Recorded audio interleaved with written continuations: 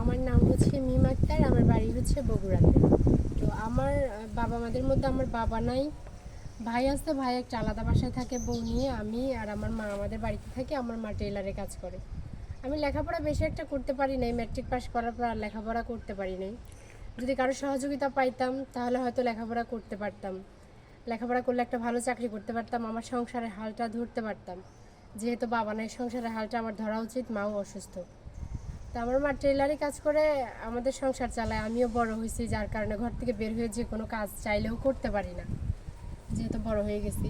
তা আমি চাই দেশে বা দেশের বাহিরে কোনো প্রবাসী ভাই বা কোনো বাংলাদেশি ভালো কোনো সৎবার মানুষ যদি আমাকে বিয়ে করে আমার দায়িত্ব নিতে চায়, আমার ফ্যামিলির দায়িত্ব নিতে চায়, তাহলে আমার কোনো আপত্তি নেই, আমিও তার সংসার করতে চাই। আর আমিও চাই যে কেউ এমন ভালো মানুষ আমার দায়িত্ব নেই। তো এমন কেউ যদি থাকেন, আমার তো নিজের মোবাইল নাই, ভাইয়াদের মোবাইল নাম্বার আছে, ভাইয়াদেরকে ফোন করবেন, ভাইয়ারা আমাকে জানাবে। বা আমাদের বাসা তো বাড়ি ভাইয়ারা চিনে, ভাইয়াদেরকে জানাইলেই ওনারা আমাদের বাড়িতে আনবে বা আপনাদের সাথে যোগাযোগ করাই দিবে। কারণ আমার নিজের মোবাইল নাই, ভাইয়াদের কাছে ফোন করলে আমি কথা বলতে পারবো। তাই আমি আরেকটা কথা বলবো যে কেউ প্রতারণা করবেন না, কারণ আমি গরিব মানুষ। আমাকে আশা দিয়ে, আমাকে দিব বলে, বিয়ে করব বলে আমাকে সমাজে কলঙ্কিত করবেন না। আমরা গরিব, আমাদের কলঙ্ক টাকা দিয়ে ঢেকে রাখা যাবে না।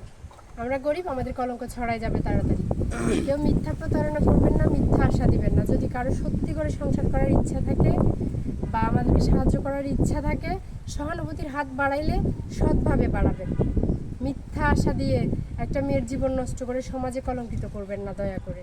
আমি আবারও বারবার অনুরোধ করব, আমার সাথে এমন প্রতারণা কেউ করবেন না। আর প্রবাসী ভাইরা, আপনাদের যদি বলেন যে হ্যাঁ আমার ওয়াইফ অসুস্থ, তোমাকে বিয়ে করে নিয়ে যাবো শুধু আমার ওয়াইফের সেবা করার জন্য, উনি যদি আমাকে বড় বোন হিসেবে গ্রহণ করে, তাহলে আমি ওনার ছোট বোন হিসেবে থাকবো। কারণ আমি গরিব মানুষ, আমার তো অহংকার নাই, অহংকার করে কোনো লাভও নাই। তো আমার ওই ক্ষেত্রেও আপত্তি থাকবে না। আর বলেন যদি যে তোমাকে আমি মোবাইলে বিয়ে করব, তুমি দেশে থাকবে, আমি তোমার সমস্ত খরচ বহন করব, তাহলেও অসুবিধা নেই। আমার আম্মু আমাকে সেই অনুমতিও দিবে আশা করি, কারণ আমরা গরিব মানুষ।